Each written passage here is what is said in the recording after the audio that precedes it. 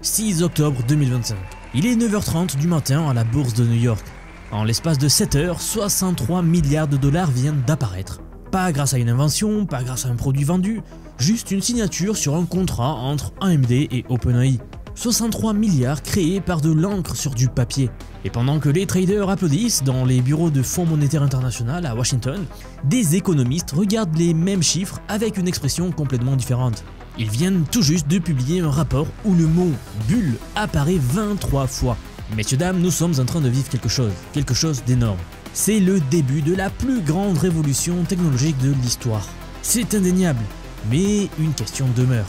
Sommes-nous en train de créer la plus spectaculaire pyramide financière du XXIe siècle? Mais ce qui est certain, c'est que dans 10 ans, des gens écriront des livres sur ce moment exact, sur ce qu'il s'est passé entre 2022 et 2026. Sur les décisions qui ont été prises et sur tout ce qu'il s'est produit ensuite. Et à raison, car quand on reprend la chronologie, il se passe des choses assez dingues. Alors laissez-moi vous raconter cette histoire depuis le début.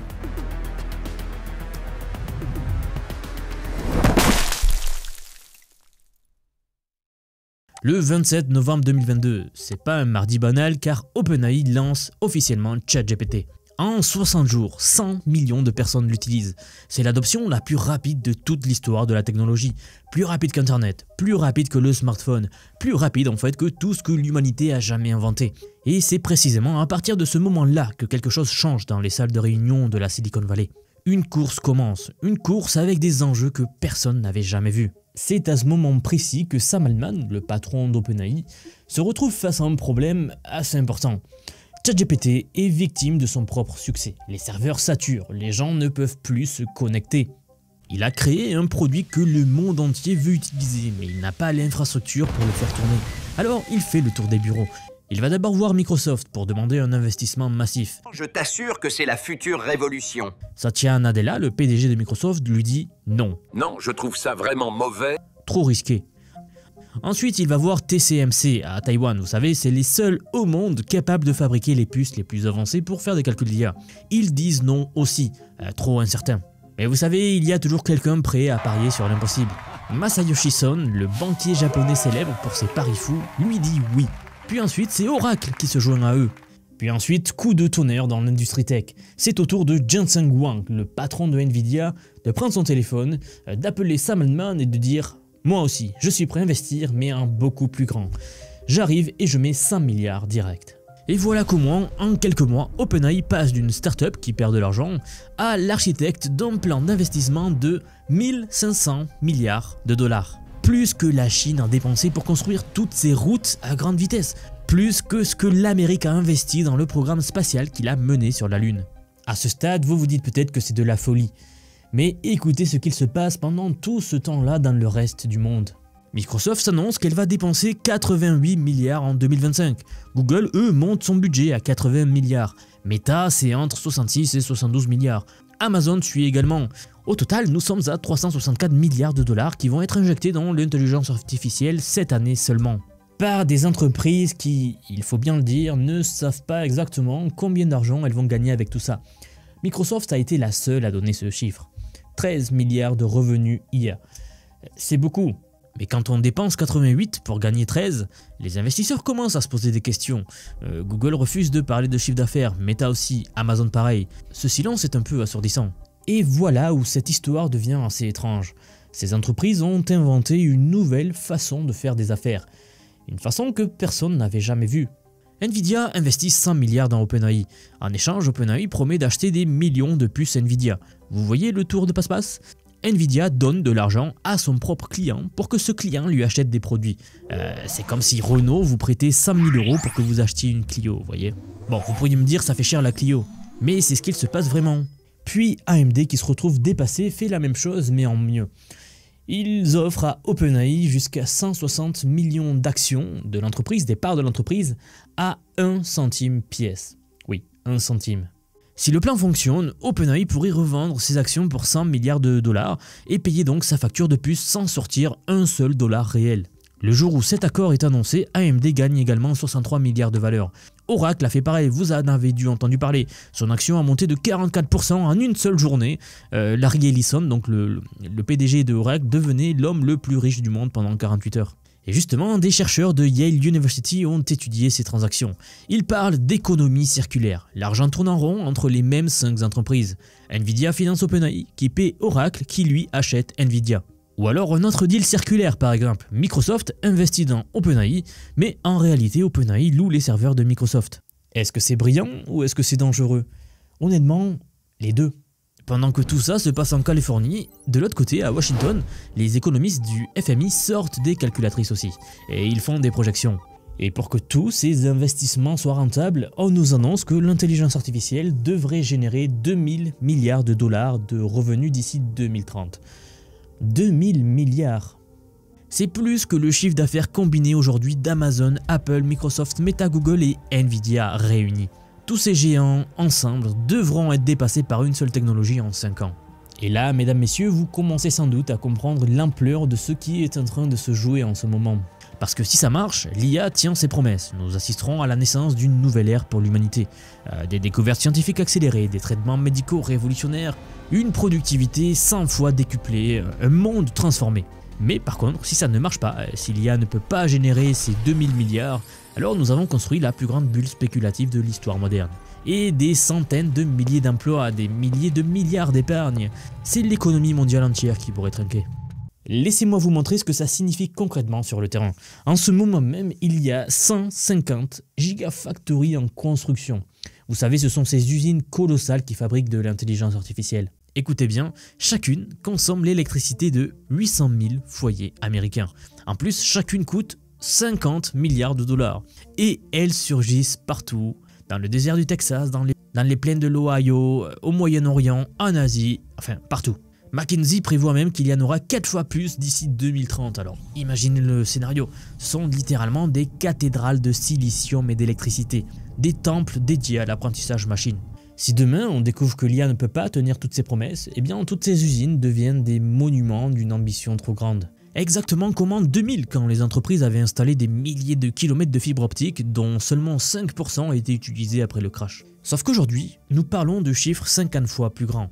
Et il y a 3 semaines, quelque chose s'est passé qui a fait trembler la Silicon Valley aussi. Andrej Karpathy a donné une interview. Vous ne connaissez peut-être pas son nom, mais dans le monde de l'IA, c'est une vraie légende. C'est un étudiant du parrain de l'intelligence artificielle, Geoffrey Hinton. C'est le cofondateur d'OpenAI avec Elon Musk et Sam Altman. Il a été directeur de l'IA chez Tesla pendant 5 ans. Bref, c'est un très gros CV. Aujourd'hui, il enseigne, il n'a plus rien à vendre, aucune action à défendre, il n'a aucun investisseur à convaincre. Et il a dit quelque chose qui a gelé le sang de ceux qui avaient promis la superintelligence pour 2027. Il a dit, et je cite, « Tout ce que vous lisez sur Twitter sur l'intelligence artificielle générale qui arrive, sur la superintelligence dans 2 ans, c'est complètement faux. » Fin de citation. Il a dit que les agents IA vraiment autonomes, ceux qui peuvent faire le travail d'un humain du début à la fin sans supervision, sont à 5 à 10 ans et non pas 2. Je vous laisse donc sa réflexion. Mais en fait, pendant tout ce débat, j'aimerais amener votre attention sur autre chose de plus important. L'économie réelle est en train de changer sous nos yeux. En 2025, les investissements en intelligence artificielle représentaient, écoutez bien, près de la moitié de la croissance du PIB américain. Presque la moitié. Je me dois de vous le répéter encore une fois car c'est assez dingue. Les investissements en intelligence artificielle représentent près de la moitié de la croissance du PIB américain. La première économie mondiale ne croît plus grâce à la consommation des ménages, pas grâce aux exportations, pas grâce aux services. Elle croît parce que des entreprises technologiques construisent des usines géantes pour faire tourner des IA. C'est sans précédent dans l'histoire économique moderne. Et certains économistes ont peur que si cette machine s'arrête, ce ne seront pas seulement les actionnaires qui perdront de l'argent, mais ce seront des ouvriers du bâtiment qui se retrouveront sans emploi. Des fabricants de systèmes de refroidissement qui vont fermer, des installateurs électriques qui n'auront plus de chantier, des entreprises de construction qui vont faire faillite, etc. Un effet domino. La grande banque JP Morgan estime même que la dette accumulée pour financer tous ces projets dépasse déjà 1000 milliards de dollars. Et voici le détail le plus fou. Une partie de toute cette dette est détenue par des fonds d'assurance. Les mêmes assurances qui garantissent ces projets. Si les projets échouent, les assurances ne peuvent pas payer. Et si les assurances ne peuvent pas payer, les banques qui leur ont prêté de l'argent sont en danger. Vous voyez comment un château de cartes peut s'effondrer? Mais bien sûr, attendez parce que l'histoire a un autre côté. Contrairement à la bulle internet de 2000, cette fois, il y a de vrais revenus. ChatGPT a 800 millions d'utilisateurs par semaine. Google a 2 milliards d'utilisateurs par mois. Les développeurs qui utilisent l'IA sont vraiment beaucoup plus productifs. Ce n'est pas une promesse, hein, c'est une réalité mesurable aujourd'hui. Donc Microsoft ne ment pas sur ses 13 milliards de bénéfices.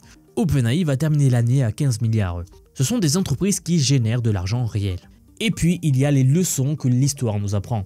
Vous savez, en 1848, pendant la folie des chemins de fer en Angleterre, on a construit des voies ferrées partout, beaucoup trop.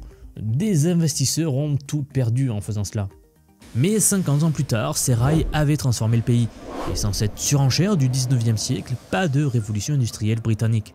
Je vous le disais, en 2000, on a installé des milliers de kilomètres de fibres optiques inutilisées. Les entreprises qui l'ont fait ont fait faillite. Mais 15 ans plus tard, cette infrastructure a permis à Netflix, YouTube, Facebook, le cloud computing et même tous les autres services, tout l'autre monde numérique actuel.